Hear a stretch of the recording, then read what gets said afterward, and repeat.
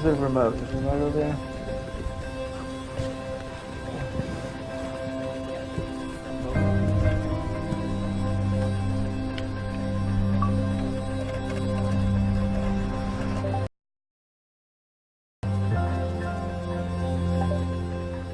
What the hell? Are you fucking kidding me?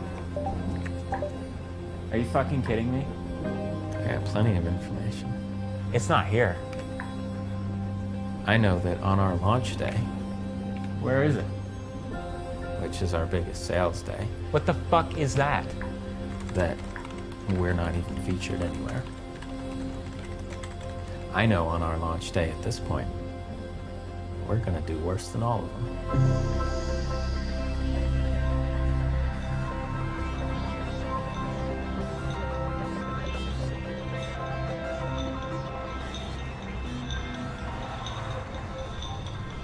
Part of it is about not trying to be professional. Like a lot of people come into indie games trying to be like a big company. What those game companies do is create highly polished things that serve as large of an audience as possible. The way that you do that is by filing off all the bumps on something. If there's a sharp corner, you make sure that's not going to hurt anybody if they bump into it or whatever. That creation of this highly glossy commercial product is the opposite of making something personal. I am determined to make video games, and I make video games because I can. I am very, very good at programming. I can still basically make something that expresses myself like a movie or something that I wrote. I can make that as a video game, and I have the full ability to do that. Things that are personal have flaws, they have vulnerabilities. I don't know, to me games are like the ultimate art form. It's just the ultimate media. I mean, it's the sum total of every expressive medium of all times made interactive. Like, how is that not? It's awesome. I want to be part of it. I want to have a say in what becomes of video games. If you don't see a vulnerability in somebody, you're probably not relating with them on a very personal level. So it's the same with a game design. My whole career has been me trying to find new ways to communicate with people, because I desperately want to communicate with people, but I don't want the messy interaction of having to make friends and talk to people because I probably don't like them.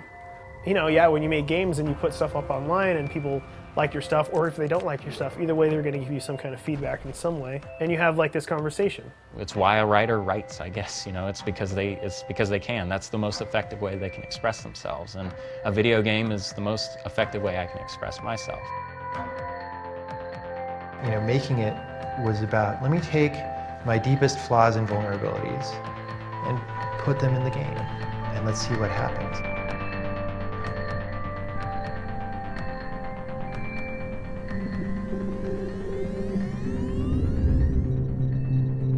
The generation that indie game developers are coming from, and I'm part of this generation also, we're the first generation that grew up with video games, but not as an active purchasing choice. Since I was part of that generation that grew up with it, I feel an ownership of it. You know, games are mine. For anyone who grew up basically after 1975, 1980 or so, we were the first generation to grow up with our parents giving us games, and for us to grow up games as a natural and relevant part of our everyday existence. So this is not like a weird kid activity for me. This is not like some strange, nerdy pastime. This has been a part of my life. There's been a tendency over the past couple decades in mainstream games to make everything bigger, make everything more realistic, just to kind of amp up everything. Big games have other goals. They want to entertain you. They want to get 10 million people playing at the same time. But indie games, it's like frequently one person who says, I want a game to be like this. I want a game to be about this special thing. Independent games are any game that a small team or an individual creator worked on to their own vision, something that they just felt like making and coding and finishing. The one major thing that made this possible is the rise of digital distribution. It used to be that retailers had a lot of power over every game creation company because that was the only avenue available to sell games. And so nobody was willing to start distributing games digitally because Walmart would get upset at them and they wouldn't take their products off the shelf and nothing would happen. But Valve changed that when they came out with Steam. They had no loyalties to retail, and so they just did it. And then after that, everybody else said, well, we have to compete with them. And there was kind of this whole flood of Xbox Live Arcade and PlayStation Network and WiiWare that kind of followed suit with that. I think 2008 was the first year that indie games started to do really well. AudioSurf came out first on Steam, then it was Castle Crashers and Braid and World of Goo. Osmos did really well in 2009 and 2010. Then Limbo came out and kind of blew the records, and then Minecraft came out as well. And it actually came out much earlier, but then it really built up and blew those records away. And when we're talking about it really well, we're talking about millions of dollars in revenue. So for teams of 200, millions of dollars doesn't really count very much, but for a team of 2, 3, 4 people, that's really significant money.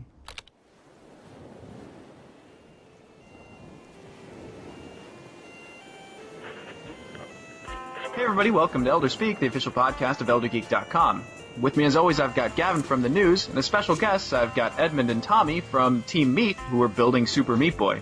All right, so with us today is Team Meat. Team Meat. Everybody in the indie scene is raving about it. Meat Boy's coming, Meat Boy's coming, Super Meat Boy's coming. It was just all over the place. This is like our biggest interview of Fall Damage history. You've been living under a rock for the last few months, anticipated the release of this fall. Looking amazing. I cannot wait to see the finished product. I think we both talked about approaching Super Meat Boy in the way where like our goal was to make a game that our 13-year-old selves would be super huge fanboys over. I know for a fact that 13-year-old Edmund would hear about Meat Boy right now. He'd be following us on Twitter. Mm-hmm. He'd probably be that annoying kid that was like, hey, send me a build. Yeah, I'm my name's Super Meat Boy Fanboy. Yeah, I've registered this and I haven't even played the game yet. Can you get me a demo? Yeah. Come on. It's like, shut up. I'd totally be that because this game is very me, and I think Tommy would say the same. And yeah, I want it to be one of those games that kids would go crazy for on the schoolyard and passionately argue that this game's better than this game. And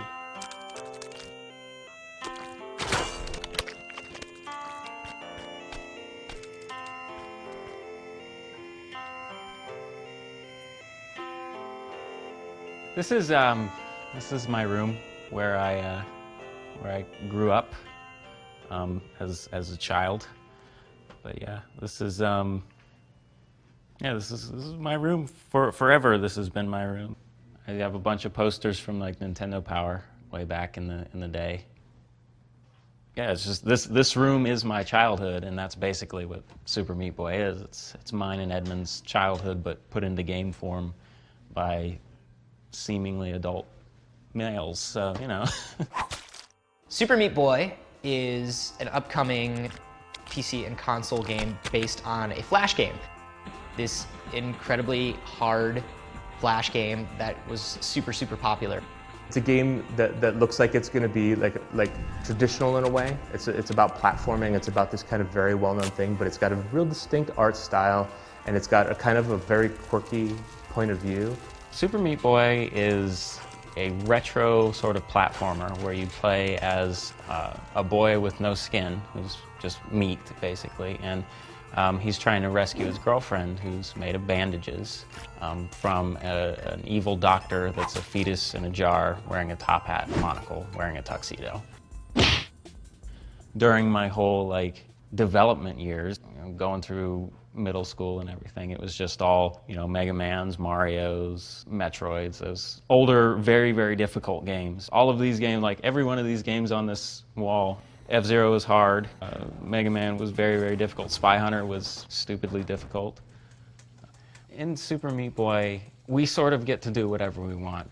We don't have a publisher, we don't have investors, we don't answer to anybody.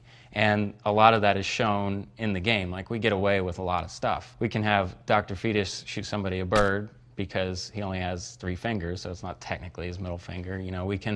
We can put in any sort of humor or parody that we want. I mean, we have parodies of Street Fighter and Castlevania, and Mega Man intros and Bubble Bobble. So a lot of people want to know, like, is this game going to be like substantial, or is it going to be all the quirk in the character? I think a lot of people are thinking that it's going to be sort of along the same lines as like a Castle Crashers, something like that. You know, in 2008, I think Castle Crashers and Braid were the two games that really made people look and go, oh, I can download games on my Xbox. And I think people are expecting this game to be the next big thing on XBLA. As long as it comes out and it does something where I can, even if it made me like 20 grand for the next 2 years or something, that would be enough to make the next game, just based on what I'm living off right now. And I'd have to do that because I'm not gonna go work at EA. I'm not gonna go work at Epic. You know, that sounds horrible. It sounds like hell to me. So it comes out and people don't like it and people just trash it and hate it, and it has a Metacritic score of like 20 and everyone just thinks it's awful, then it's like, it doesn't really make a difference, because even though it's a game that people are supposed to buy, it's not a game that I made for people. I made it for myself. You know, Ed and I made it as a reflection of ourselves, and we tried to make it as fun and as accessible as possible. Whatever. If people want to buy Modern Warfare or Halo Reach, that's fine, because I think those games are shit. And if that's what people want, then people don't want the games that I make, because I don't make shit games. So.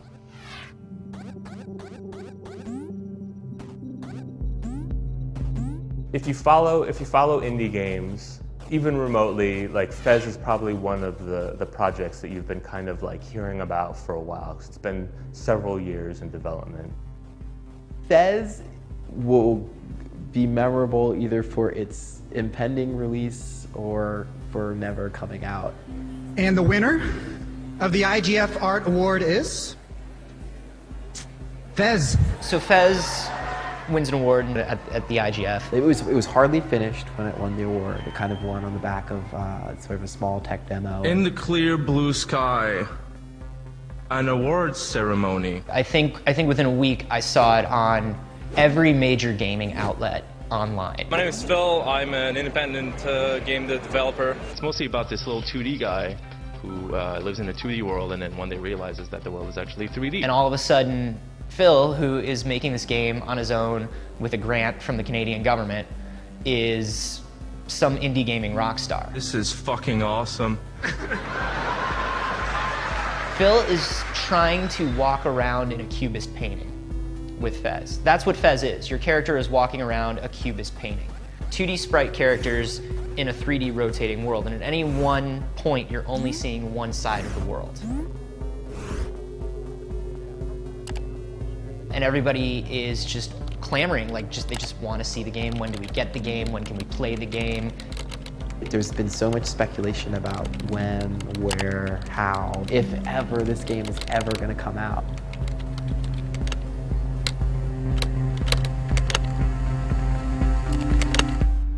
I'm working on it as hard as I can, all the time. It's like, what's taking so long? What the fuck are you doing, Phil? Like, I'm doing the best I can here.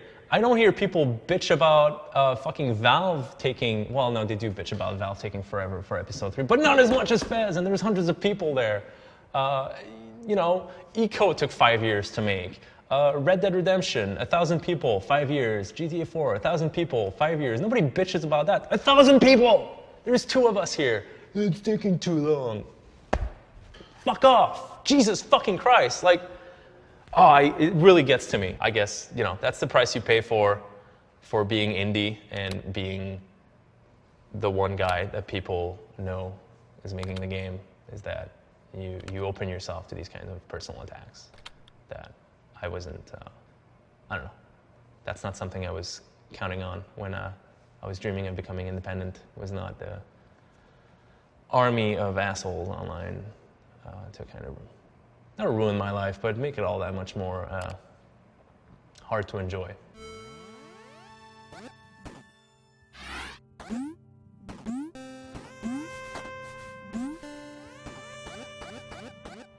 I mean, it's a complicated game also. It was ridiculously overambitious for like my first indie game.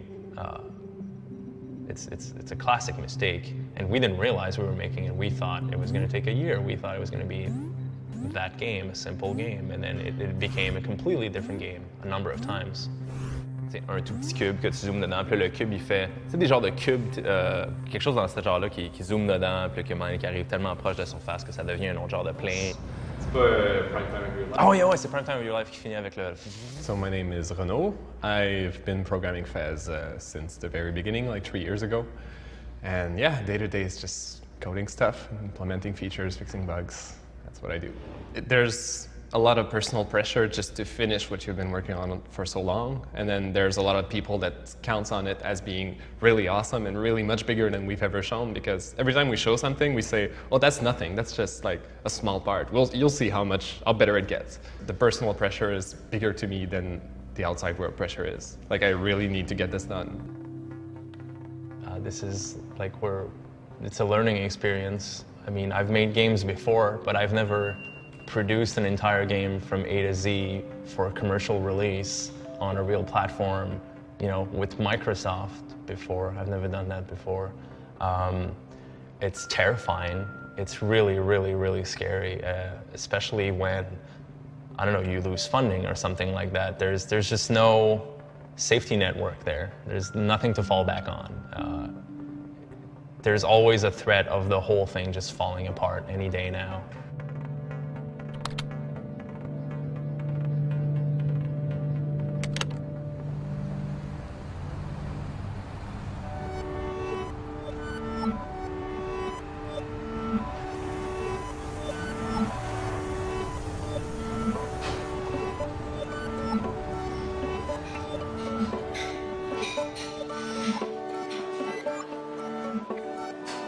I mean, it was very difficult to make the game, but in some ways it was less difficult than what I had been doing in my life up till then.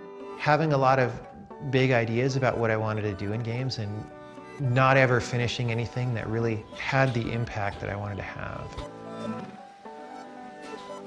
I think as one ages and establishes a pattern of that, it becomes a little bit demoralizing, right? You start to look at things and say, maybe I'm never going to do these things with my life that I thought that I would. And then one day I said, you know what, I'm going to make something that I actually finish, and that became Braid. And you know, it took 3 years, but I finished it. I think one of the biggest breakout games would have to be Braid. Braid's a really interesting game because I was surprised it was as successful as it is. It was a big hit for the independent community, and it was one that generated a lot of money for Jonathan Blow. You know, it's a very odd setting, and a lot of people aren't quite sure what it means. Nobody had played a game that was like Braid, that did what Braid did with time before. Really what made Braid work is that time, the time-changing mechanic, the rewind mechanic, obviously from a gameplay perspective was a lot of fun, but that it also had this metaphorical relevance as well. It's telling this strange, out-of-order story, and it's a love story, and it's not something you normally see in a game. It's about this little kind of preppy boy, I mean, he always looks like a preppy to me, who sort of has lost something and is sort of working through these memories that kind of change as he keeps playing. Those two things, both the fictional world and then the game world mechanic, those two worked really hand in hand very, very well. So Braid came out of the confluence of a couple of different ideas.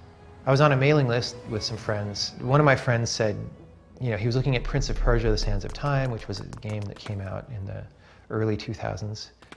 And it had this ability to rewind, but it was limited. You know, you had a certain number of charges that you could use, and when you ran out of those, then if you got killed, you couldn't rewind anymore. You would just have to reload the game, which was this painful process.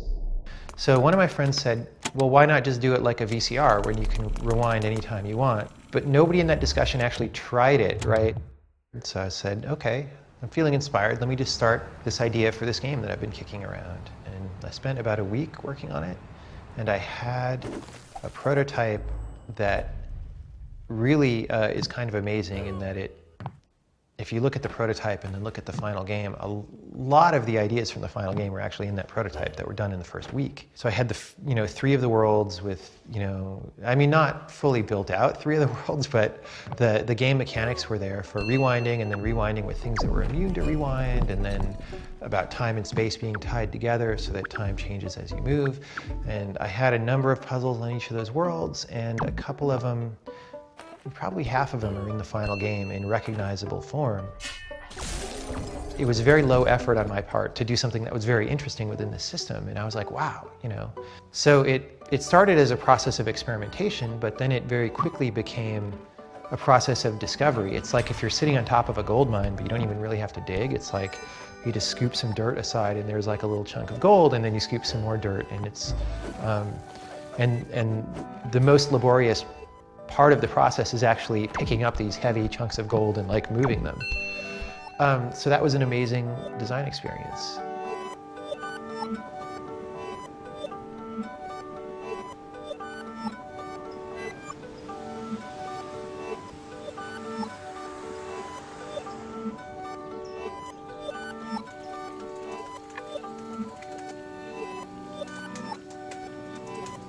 Most of the time, he's back in North Carolina at his house, working remotely, and I'm here working from my computer.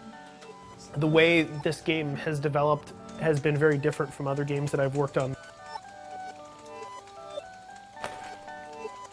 We kind of bounce ideas off each other, and not as much as like just gameplay ideas, but more jokes, like jokes that kind of get out of control and then push their way into the game. And see, it says code, der. My Adam's apple is not that big. Yeah, Stop. but look, what if I put a knife in it? No. Look at that. Is it totally injected all the way in? See the needle? And then there's a hammer that hits the needle in deeper. My whole life has been about trying to find where the boundaries are and see how far I can push them before I get in trouble. And that's what I'm doing now, and that's what's exciting to me. I just feel like if I'm not doing that, I'm bored. And if I'm bored, I'm not going to be creative. I make games that center around my life, things that I like, and the things that I think and say and do. I make games to express myself, I guess. It's hard for me to talk about Santa Cruz because I've never lived anywhere else. It's just normal. I mean, I grew up here. My mom was obsessed with the beach.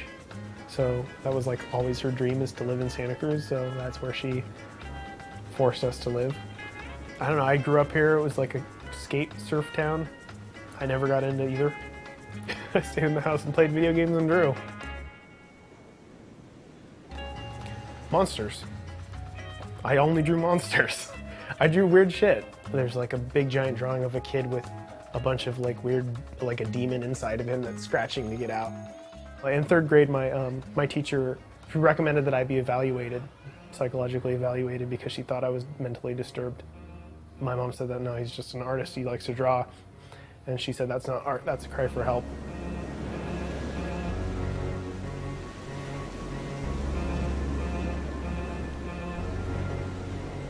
But I mean, I basically grew up a lot with my grandma. I didn't get along with my stepdad, so whenever there was a problem, I would just go stay with my grandma, or we would all stay with my grandma. But my grandma was always extremely supportive, to the point of being very annoying to my mom and my sister. To her, I was the golden boy that could do anything, and she made me really feel like I could do anything. It was like when she said, "You're gonna be a success," it wasn't like she was just saying it. It was like a fact. Like that was gonna happen, like that was that. Ether was kind of based around my niece. She kind of reminded me of me because she didn't really seem to like to play with other kids, and she liked to just do things by herself and explore by herself, and she was very imaginative, and she really liked monsters, so that whole thing like brought me back to when I was little, and I thought, how cool would it be to like make a game that could put other people inside my mind when I was like 5, 6, 7, and that was Ether. So this kid gets on the back of a monster, and the monster goes around in space, and he gets to explore all these other planets because he can't connect to anybody on Earth, so he goes to find other friends. But all these other planets are inhabited with these kind of weird or sad or nervous creatures. And he goes and tries to solve their problems. And he solves the problems, but they don't become happy. And he keeps going around all these different planets, but each time he solves one of these problems, the Earth gets smaller. And then when he comes back to Earth, and it's so small that when he touches it, it breaks, and then he's kind of lost in space. And it was kind of just like the ideas of, it's really cool to be a creative kid, and it's cool to do all that stuff, but there's of course dangers of isolating and becoming obsessed with things and having phobias. And that was the whole thing, is like each of those planets was like a phobia of mine when I was little. And when I was little, before I'd go to bed, I would obsess about these things because I thought I'd be able to fix them, but in the end I would just make them worse. They wouldn't be fixed, but I would be so obsessed with them. The next day that I go to school, I'd have stomach aches and I need to go home. A lot of the imagery and stuff that I pulled from, I'm still very, very, very happy with. To me, it speaks perfectly of how I felt when I was little. Like when I play that game, that's exactly how I remember it feeling, and still very happy with it. And then shortly after that, my grandma passed away, and she had a box of my drawings that she saved when I was little. And that's when I found this picture that I had drawn of me in space, floating. And this is Edmund floating in space, and my friend too is space, or something like that. Space is my friend, and my friend too is me. I should break that out.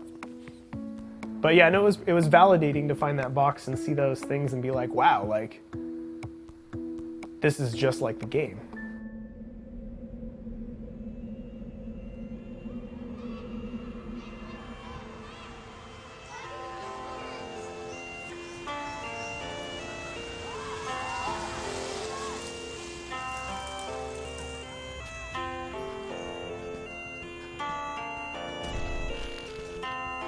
I have a very precise story of the exact moment where it started. I was 4, it was Christmas 1998, and for Christmas I got a Nintendo Entertainment System with Mario, Zelda, and Tetris, which is like perfect. It's the trifecta of video game. Like to this day, you can't really get a better 3 games together.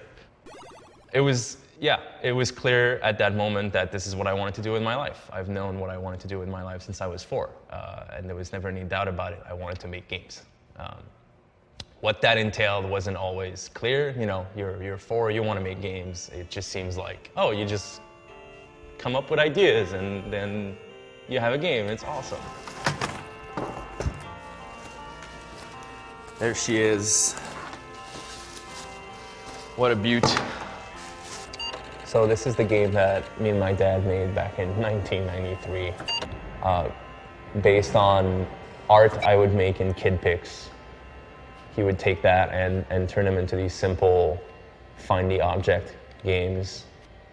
So I would come back from school every now and then, and there would be these new levels added to the game based on stuff I'd made in the days before.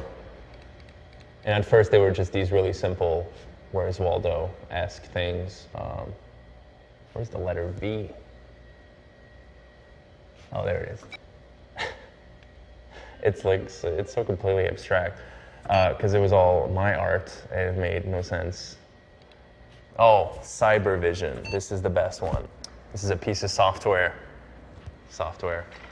that I made for myself.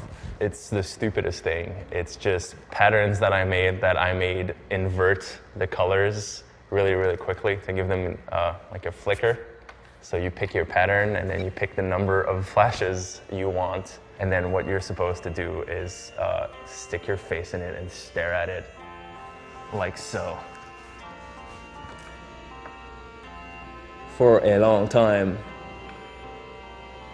And I swear to God, you start to see stuff.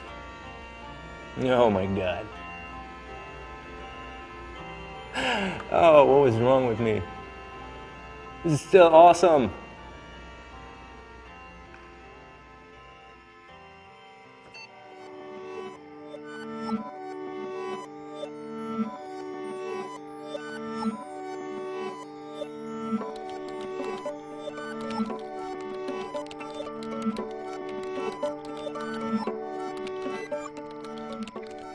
So the way that I'm approaching design in this case really is kind of experiential, right? I'm thinking about when the player comes on the screen, what's going to be happening, right?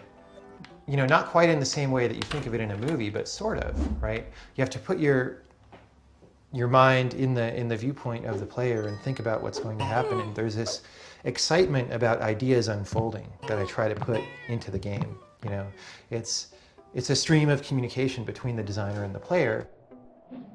And the design of a level like this is it's sort of a dialogue, or at least a monologue, where it's like, hey, check this out, you know.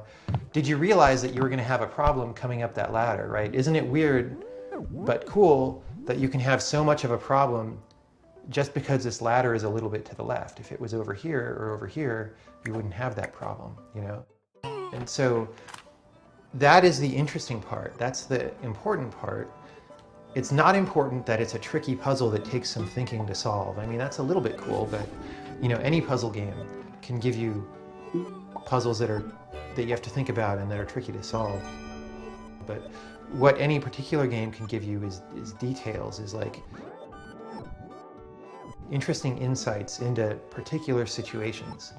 And I think that when a game realizes that and seizes that way of doing things and runs with it, it can do some really special things.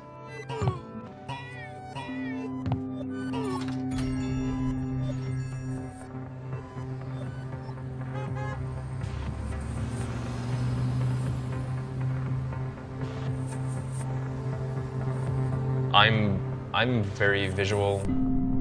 As a person, I like pretty things. I like aesthetics, and a big part of Fez is the aesthetic. Like that kind of pleasant blue sky, green grass, fresh air. Like, obviously, there's no air coming out of the game, but so like this is how art works in the game. I make these little strips for the four sides that you see in the game, the top and the bottom of every cube. And Renaud made a little Photoshop script that crops them one at a time and saves them numerically. And then I can feed them to the game, and the game takes these textures and like wraps them around a cube and projects this art on each side. And you see there's the different sides of the texture strip. Then I can take the cube and I can go like carve in details that you can barely see in the game. You only really feel them during the rotation. So I use the Tetris pattern a lot. And it's kind of a pain because I actually need to go in there and paint it and like reorient the tiles hand by hand. So like here I don't like that there's this big straight line. It's kind of awkward. I'm gonna make it a T shape. So I spent a lot of time doing this. I build these elaborate structures, and then eventually I spend like an afternoon going over everything. I guess I've been staring at it for too long because like I obsess over the tiniest details.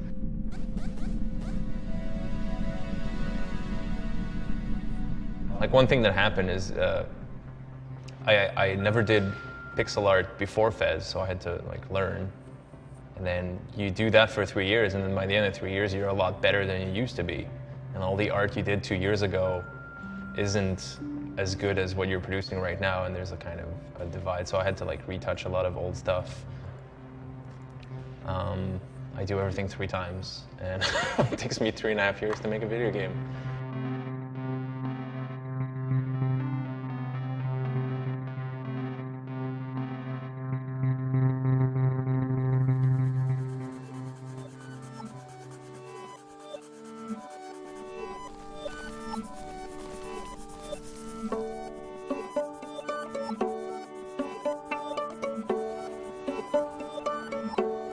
Level design. So, the basic formulas of level design go: when you start out, you want to teach the player how to play. And you need to make sure that they understand every mechanic of the game. So, every level in the first chapter needs to have some example forcing the player to do something in order to beat the level that they will need further in the game. So, like there's a level, I think level 3, that is just a gap. And the only way to get over that gap is to hold down run, and jump. You can't get it any other way. You can't just keep jumping around. You won't jump far enough. And that's to make sure that the player understands that in order to get over far gaps that you need to press and hold the run button and jump across it. It's simple. It sounds like a no-brainer, but it's something that usually in games it would just say, hold run to jump far. Most people will just skip the text and they will forget. Now, just in case somebody didn't play that level, a couple levels later I reiterate and I give them another section of a level that requires them to run and jump to make sure that they know how to do it, because it's important. Like, all these mechanics are very important. And each level in the chapter is another level that pushes that. Like, there's a level where you need to continuously jump up one wall because there's no other wall to jump to. That's me teaching the player that you can do this. And everybody in the world will see a problem and want to solve it. So if you see something where it's just a wall and you don't realize you can keep jumping up the wall, you're going to try it right away. And once you try it yourself, you've taught yourself, not only do you feel smart, like you've figured out something yourself, you also now for sure know how to do that from then on in the game. So all these levels of introduction they go through everything, and once you've basically cleared out all the things you can do with Meat Boy, then you start introducing new mechanics. And with Meat Boy, it's not like Mario, where lots of the Mario games introduce new mechanics in forms of suits that change Mario's properties. And that's something that I wanted to avoid, and I wanted to make it really, really pure. Meat Boy never gets better or gets a power-up. It's the levels that change the mechanics. So right away you introduce saws, and they're usually static saws that just spin in place, and you have to avoid static saws. Then later, those same saws that you know how that they kill you and they know that they're round, those same saws then will start moving back and forth. So you got moving saws. And then, even later than that, you'll get these saws that are on these little spinners that act like windmills, and they go around in a circle. Now it's the same saw that you've jumped over a million times before, but it's coming at you in a different way. And it's just expanding on the basic mechanic and making it different and more enjoyable each time. As a designer, you want to explore each mechanic and make sure that it can be enjoyed at least 3 or 4 different ways. If it's only got one use and you can only get one use out of it, then there's pointless, because you need to be able to juice it. You gotta figure out new ways to use it.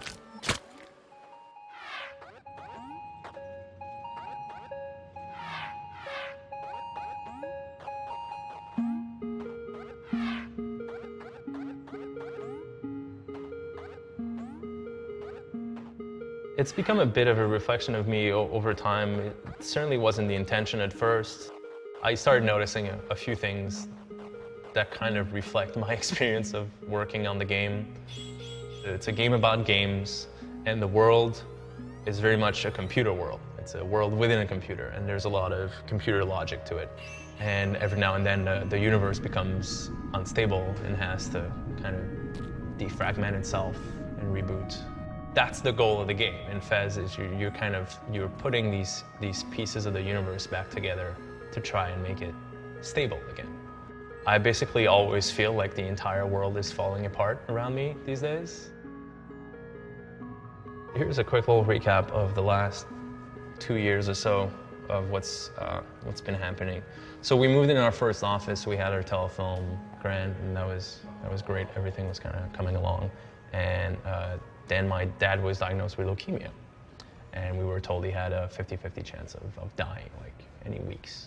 He was like a test subject to this new kind of treatment. There's like, well, you're gonna die anyway, but you might want to give this crazy treatment a shot and you might live. And so he lived. Shortly after that, my parents divorced, which, it's never fun. I had to move my dad to a new apartment and all that. Shortly after that, my girlfriend left me about a year ago. Sometime after that, there started being a lot of tension between me and the guy who owned the other half of the company. And eventually he left. He left the company, and that was a big blow because all of a sudden I had to take care of every single aspect of the company. Almost immediately after that, we lost our funding. And now we're here. We don't have any money. I'm overworked and overstressed about the business. I'm on the line, me, like my name, my career. If this fails, I'm done. Like, I don't think I'll work in games again. And it's not just a game. Like, I'm so closely attached to it. It's me. Like, it's my ego. My perception of myself is at risk. This is my identity. It's Fez. I'm Guy making Fez. You know, that's about it. If that doesn't work out, well then. What would happen to you personally if you couldn't finish the game? I would kill myself. I'm dead. I will kill myself. That's what that's like my incentive to finish it, is then I get to not kill myself.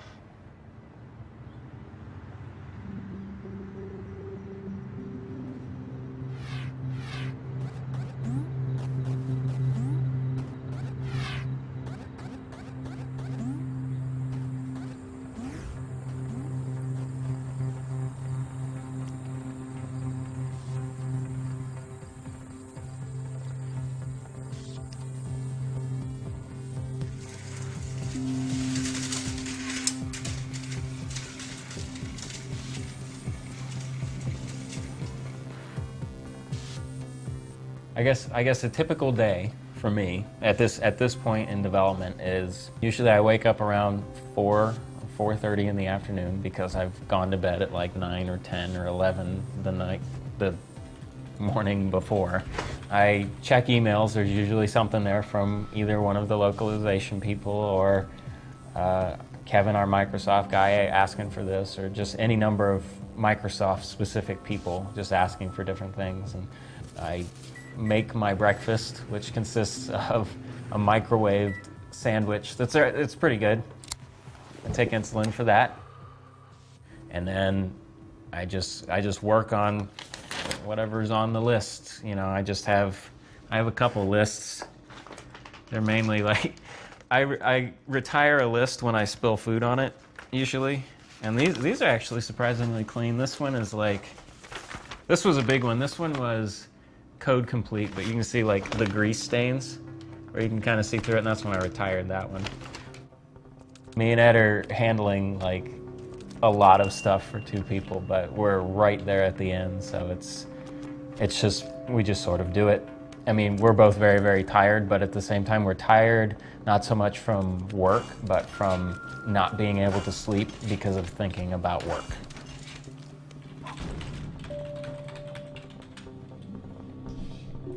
I'm like in a fucking concentration camp. Like, I'm not allowed out and I'm stuck. I have to work until it's done. And if it doesn't get done, I'm fucked. So that kind of, no pressure.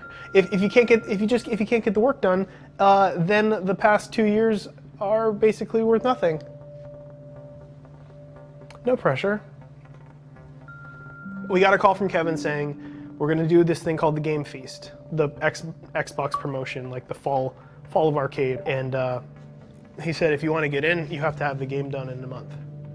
We're like, whoa, because we weren't anywhere close to being ready at all. And he's like, do you think it's possible? And Tommy was just like, yeah, well, we'll just shoot for it. And if we miss it, we miss it. But if not, whatever. And he's like, well, if you miss it, we can't launch until February. I'm like, oh, like Tommy doesn't have any money and we're running out of money. And it's just like, we have to do this now. Like, we have to do this. There were at least 5 times, a good 5 times, where I totally broke down and I just didn't want to do it anymore. I couldn't escape it anyway, so I would just go and I'd go into the bathtub, and we have a bathtub shower, and I would just turn on the hot water and I'd lay down on my back and I'd wait till the water went cold. That was all I had. That was like all I had to try to relax myself and not worry about anything. I was actually really worried that either Tommy or I would die in the process of making this. And I know Tommy even talked about it too, like, as long as he could finish this game, then he'd be okay with dying, because at least he finished the game. It was fucking weird. You fucking go crazy when you're like this. Yeah, well, I obviously grew this mustache. And it is the reclusive cowboy, so I need everybody to know how crazy I feel on the outside.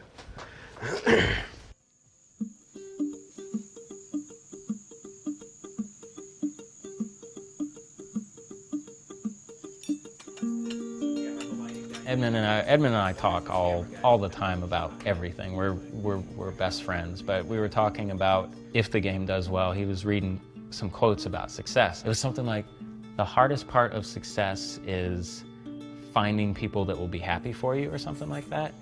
I'm gonna have 3 people I know for sure that are going to be happy for me.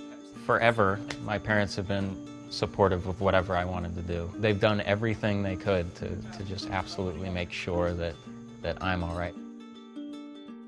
They've seen like some hard times, you know, with economy and stuff like that, you know, just kind of going down the tubes after our last president kind of messed everything up. They were 4 years from paying off this house. This house that, I mean, my dad built this house. You know, my mom and my dad basically built the house. It was completed right before I was born, and they were 4 years from paying it off and had to refinance it. So I'm hoping if like a lot of people buy the game, I can slap a bow on the top of the roof for Christmas and say, here you go. This is what you get for being awesome parents my entire life. So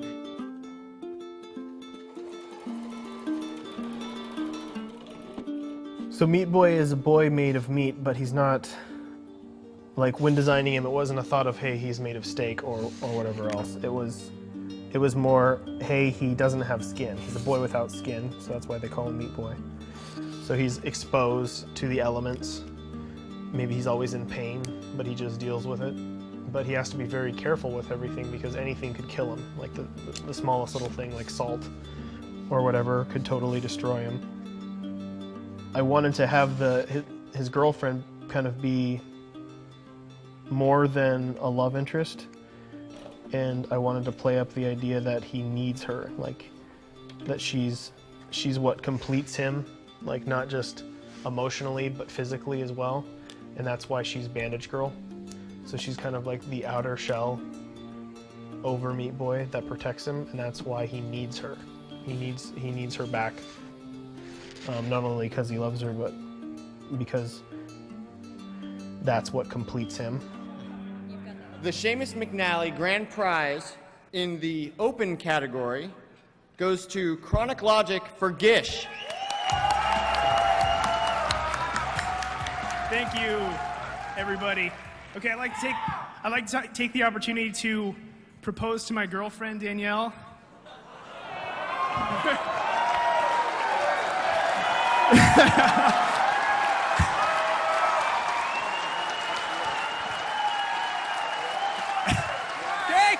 Okay, I have to do it. Come on, guys, I have to actually say it.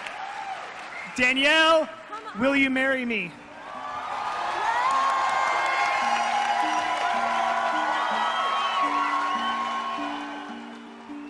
People probably don't know that he's an amazing husband. That's huge, because he does all this stuff and he's still an awesome partner. The development process was long, a lot of work. And it's really hard to like adapt for like our relationship to go from spending 24/7 together, eating meals together, leaving the house, to not doing that at all. I heard a lot of this, I only see your back. It was like, I know we're in the same room together, but I only see your back. Like we never are sitting and looking at each other. Quite a few times I'm like, you know, I had to ask her, are you happy here? Is this worth it? Because I worry that this is just horribly boring for you, and that, you know, this might be something that you regret, you know, getting into as well. This is the lady I like. And this is a cat. This website, I think I'm gonna go with this breeder. Since I have wanted one of these since I was in elementary school, just asked for it when the game's done. And we moved to a house if I could get a cat, and he said yes. And this is like my dream cat. It's like having a baby, except better. You can't have another cat in this fucking house. It'd be so warm, guppy. Oh my god. Oh, that's the thing. It's fucking good. It's available. Winter is coming. This one belongs to Jennifer and Robert. They're probably way happier than us right at this moment because they have the cat. I sacrificed having a life. It's kind of weird. I don't go out. I don't really socialize. I can't really spend any money because I don't have any money right now, so I can't like go out. And if I were to go out on a date or something, I have no car to pick them up, and I have no way to buy meals or anything really. Well, I mean, I can purchase my own meals, but it's just the things you sacrifice are, well, the things I've sacrificed have just been social. You kind of have to give up something to have something great, in a way. I'm depressed now because I'm on the brink of something amazingly huge, but it's a different kind of depression. It's not a stuck depression, it's a, oh holy shit depression. It's an unknown depression, which is kind of weird. But it'll fade, because once it's out, and that's it.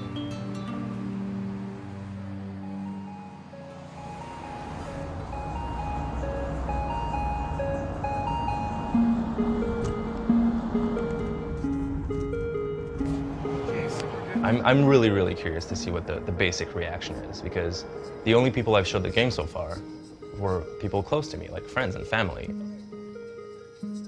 And feedback so far has been really good, but I don't know if I can trust that feedback. I don't know if my friends would tell me that Fez sucked.